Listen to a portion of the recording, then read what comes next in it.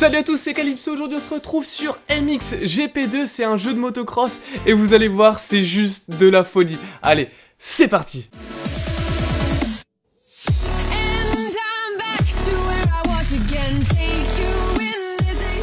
Ça y est, on est sur le jeu et on est juste devant ma moto qui est une 250 KXF comme ma moto dans la vraie vie tout simplement.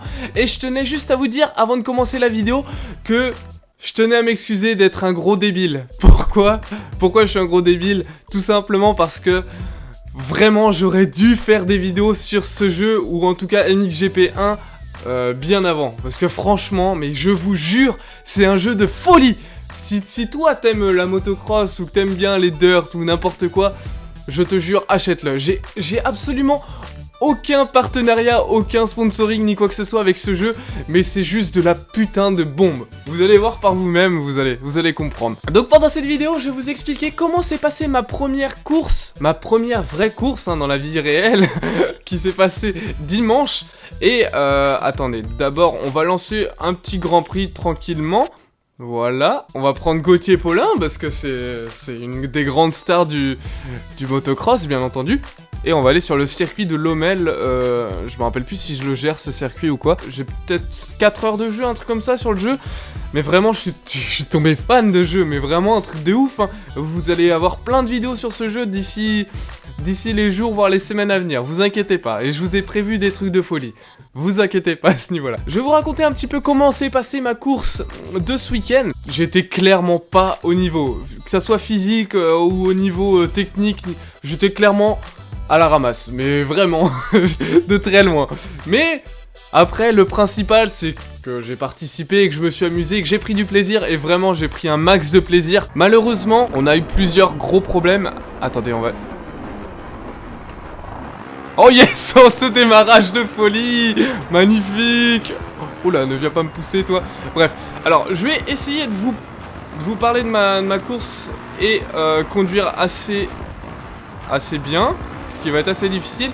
Après j'ai les commandes de base, donc pas beaucoup de difficultés pour l'instant sur le jeu, mais ça on augmentera la difficulté une fois que je serai habitué. Donc d'ici la prochaine vidéo, je pense qu'on aura augmenté la difficulté. Et d'ailleurs, c'est rare que je suis directement premier comme ça. C'est la première fois d'ailleurs. Wouhou! Et bref, alors par rapport à ma course, on va revenir... Ah putain, ça y est, il me retrace. On va revenir à ma course. Alors je vais vous expliquer d'abord ce que c'était comme course. C'était une endurance de 5 heures. Il y avait 130 équipes de 2 personnes. Oh merde.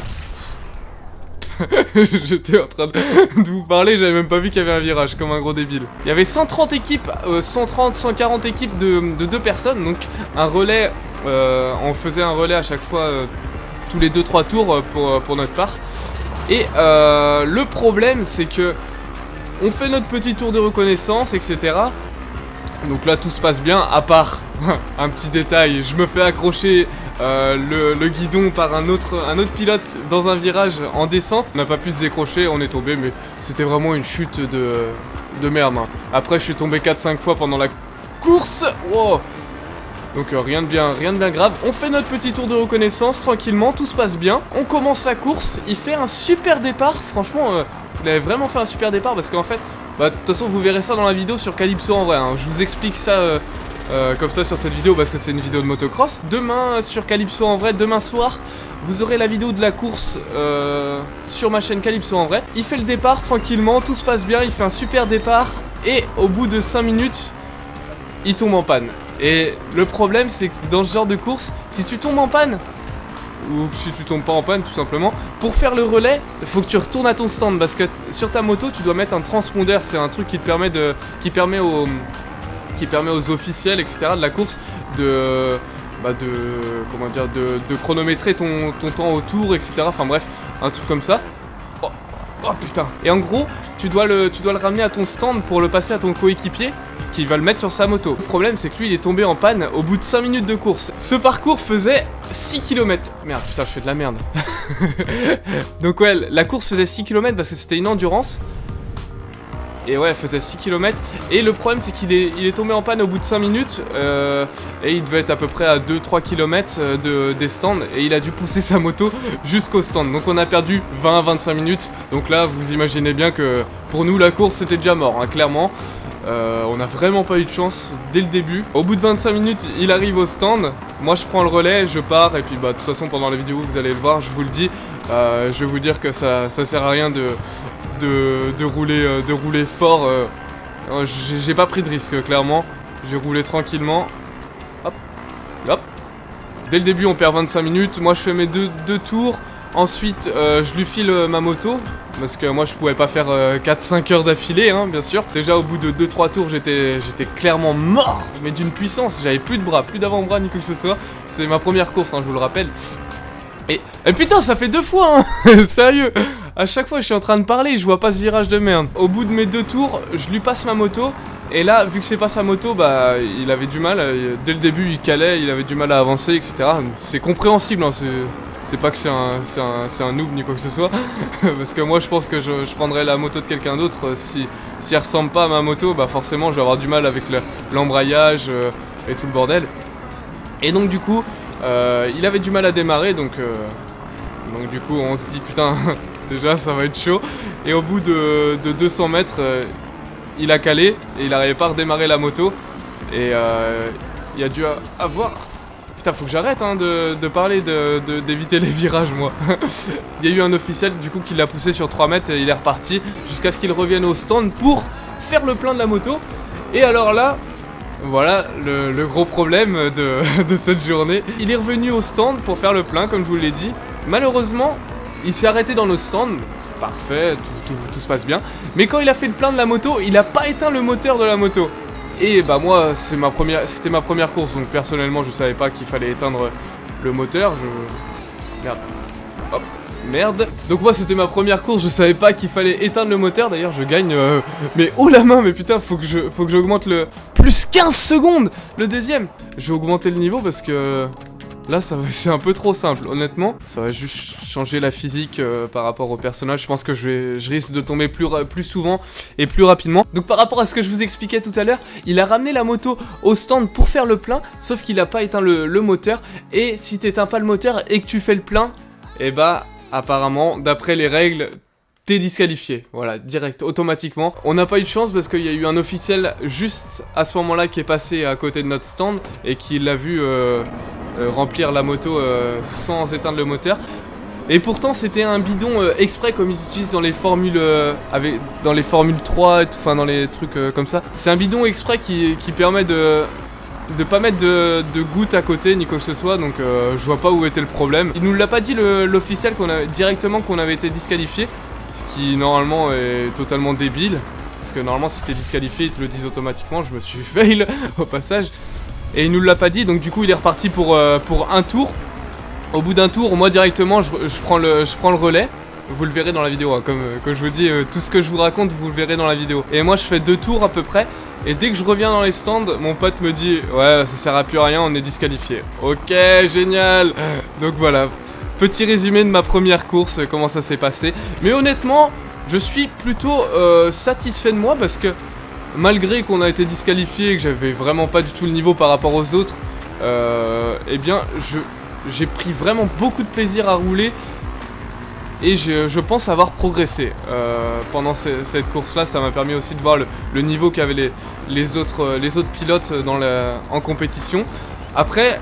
Il y a beaucoup de personnes qui m'ont dit, enfin beaucoup de pilotes qui étaient là-bas, qui m'ont dit que le niveau était vraiment extrêmement élevé ce jour-là. Et donc du coup j'ai pas vraiment bien choisi ma course. En tout cas ce qui est sûr c'est que je suis pas prêt de refaire des endurances. Tout simplement parce que c'est beaucoup trop physique. Vraiment j'ai pas du tout le physique pour l'instant en tout cas pour faire des courses de 5 heures. Même s'il y a un relais où tu dois... En gros, t'es 2h30 sur ta moto. Pour moi, c'est... Oh merde. Pour moi, vraiment, pour l'instant, c'est impossible de tenir physiquement. Clairement. Parce que vraiment, quand tu fais... Rien que tu fais un tour de 6 km... Oh là là, je vous jure, vous avez plus d'avant-bras. C'est une horreur, mais vraiment abusée, quoi. C'est un peu plus difficile, hein, le pilotage en difficulté moyenne. Vous voyez, la moto, elle est... Oh merde, bon là je fais de la merde, là... Putain. Ouais, la moto elle part beaucoup plus facilement en couille. Bah pour l'instant on est premier. On a augmenté la difficulté, donc plutôt satisfait de moi. Et ce jeu là aussi, pour tous les pilotes qui... Enfin ce jeu là où MX vs ATV, etc.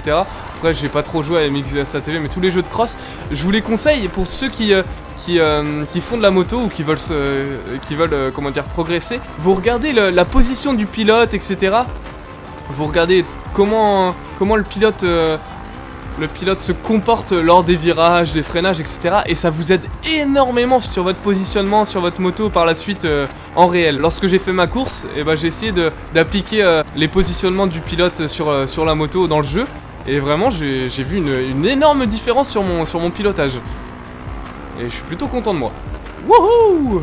Bon, je suis bien sûr, dans la réalité, pour le moment, je fais pas encore des scrubs et des wipes comme vous le voyez là. Mais si un jour j'y arrive, bah, je pense que ça sera grâce au jeu. Enfin, je pense que de toute façon, vous l'avez deviné, hein, ça aide beaucoup les jeux vidéo, que ce soit dans pas mal de disciplines. Par exemple, si c'est des courses de voiture et que tu fais du karting, et bah tu connais les trajectoires, etc. C'est beaucoup plus simple pour toi. Et vraiment, les jeux vidéo, ça aide beaucoup au niveau pilotage. J'ai failli m'exploser la gueule et l'autre il est passé devant moi. Pour l'instant j'ai encore un petit peu de mal avec cette nouvelle difficulté. C'est pas du tout la même physique. Pour ceux qui se demandent à quoi ça servent les scrubs et les wipes, je vais vous faire voir ce que c'est un scrub. C'est ce que je viens de faire tout de suite, c'est ça. Tac, bon là c'était vraiment très chaud parce que le saut était pas du tout adapté pour le faire. Mais en gros, si vous voyez tous les pros faire ça dans les courses, pour ceux qui s'y connaissent pas, hein, bien entendu, pour ceux qui s'y connaissent, vous savez déjà à quoi ça sert. Ça permet de réduire la hauteur de saut et donc de réduire le temps dans les airs et de gagner du temps. C'est pas simplement pour le style qu'ils font ça, c'est surtout pour gagner du temps sur les sauts, tout simplement. Voilà. Allez, on va se faire une dernière course et pourquoi pas essayer une course dans un stade. Alors, vraiment, j'ai essayé qu'une seule fois et j'ai vraiment pas réussi. C'est super difficile. C'est pas très large au niveau de la piste. Et les sauts sont vraiment super proches les uns des autres et c'est vraiment très chaud. De toute façon vous allez voir ça d'ici quelques secondes, ça va être bien plus simple en images. Et vu que moi je suis un gros débutant sur le jeu, et bah pour le moment je pense qu'on va même pas réussir à faire la course. Merde, oh non, j'ai loupé le départ du coup. Oh putain, déjà c'est grave chaud, ça y est. Oh putain, allez, on se concentre. Et n'hésitez surtout pas à me dire dans les commentaires. Oh putain.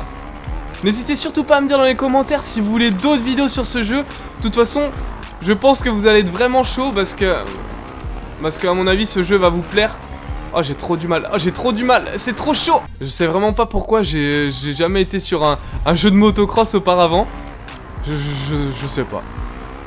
En tout cas c'est une grosse erreur de ma part parce que vraiment, je sais pas si MXGP1 était aussi bon que celui-ci. Mais en tout cas, ce MXGP2, putain, c'est de la putain de folie. Et comme je vous l'ai dit, je vous dis pas ça parce que je suis en partenariat avec je sais même pas c'est qui a fait ce jeu là d'ailleurs. Non, c'est vraiment parce que ce jeu c'est de la folie. Enfin, pour ceux qui aiment la motocross, après, si vous aimez pas les jeux de motocross, je pense que ça va pas vous intéresser. Hop. Ah non, ça passe pas. Putain, heureusement que j'ai les rewind. Il y a aussi un mode multijoueur, mais pour l'instant, je sais pas pourquoi, il marche pas. Ça me marque échec à chaque fois de échec du... Enfin bref, ça marche pas. J'ai encore du mal un petit peu avec les whoops là. Les whoops c'est toutes les petites bosses à la con là. Et je peux vous dire que c'est technique hein, vraiment sur ce... vraiment je pensais pas du tout gérer aussi bien ce stade. Parce que pour l'instant je suis deuxième, dernier tour. Bon j'ai utilisé quelques rewinds. Oh, on passe peut-être premier. Oh putain, oui on est premier. Oh putain c'est chaud. Ah, on va se battre. Putain, je ratterris pas au bon endroit. Allez. Ah, je suis trop court. Ah oui. Si je finis au moins premier, deuxième ou troisième, déjà c'est pas trop mal. Parce que vraiment, je pensais même pas finir la course. En fait, j'ai pris pas mal de niveaux depuis hier au final. La dernière fois que j'ai joué, c'était hier, pour la petite anecdote. Allez. Là je perds du temps sur les whoops, putain je sais pas trop les passer. Voilà regardez, il me trace Romain Fèvre. Putain j'ai le seum, allez dégage. Enculé de français de merde. Oh putain on est bien là. Ah merde j'ai loupé mon white.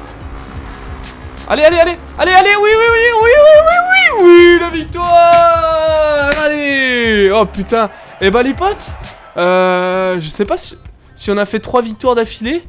Je crois qu'on a fait 3 victoires d'affilée hein. Bon allez, sur ce les amis, je vous laisse là-dessus. J'espère en tout cas que la vidéo vous a plu. N'hésitez pas à mettre un gros like si vous voulez d'autres vidéos sur MXGP2 ou bien tout simplement sur d'autres jeux de motocross. N'hésitez pas aussi à m'en proposer dans les commentaires. Et n'hésitez pas à me dire aussi dans les commentaires ce que vous avez pensé de cette vidéo. Allez, sur ce, je vous dis à la prochaine, portez-vous bien et bye bye tout le monde. Oh attention le rouge là, qu'est-ce qu'il fait? Ah il meurt. Allez on est bien parti là. Ouh, on était proche. On est à 7000, on est à 7000.